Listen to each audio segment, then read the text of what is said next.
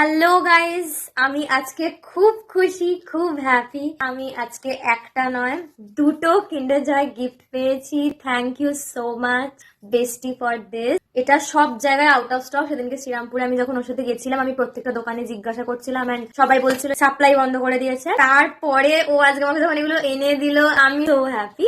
এবার সব থেকে বড় ম্যাটার হচ্ছে আমি এর ভিতরে হ্যারি পটার পাই কিনা। তো লেটস সি যে এর ভিতরে কি আছে। ফার্স্টে আমি একটা বক্স ওপেন করছি।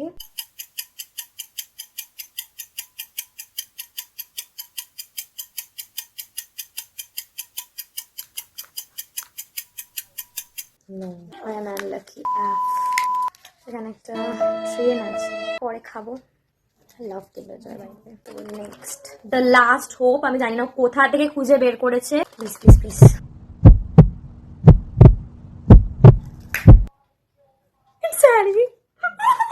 লোকে 3টে করে সেট করতে চাইছে, আমি শুধু হ্যারিকে পাওয়ার জন্য বিলিভ করতে পারছি না। মানে সো কিউট, অনেক স্ট্রং একটা টয়। ফাইনালি হ্যারি পটার মিল গয়া।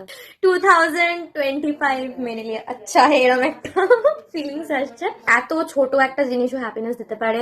বয়েজ তোমাদের জন্য বলছি, গার্লসরা কিন্তু এলভি গুচ্চিতে খুশি হয়, এরকম কোনো ব্যাপার নেই। এইটাতে মেয়েরা কতটা খুশি হয় আমি আমার এক্সপ্লেন করতে পারবো না ফিলিংস।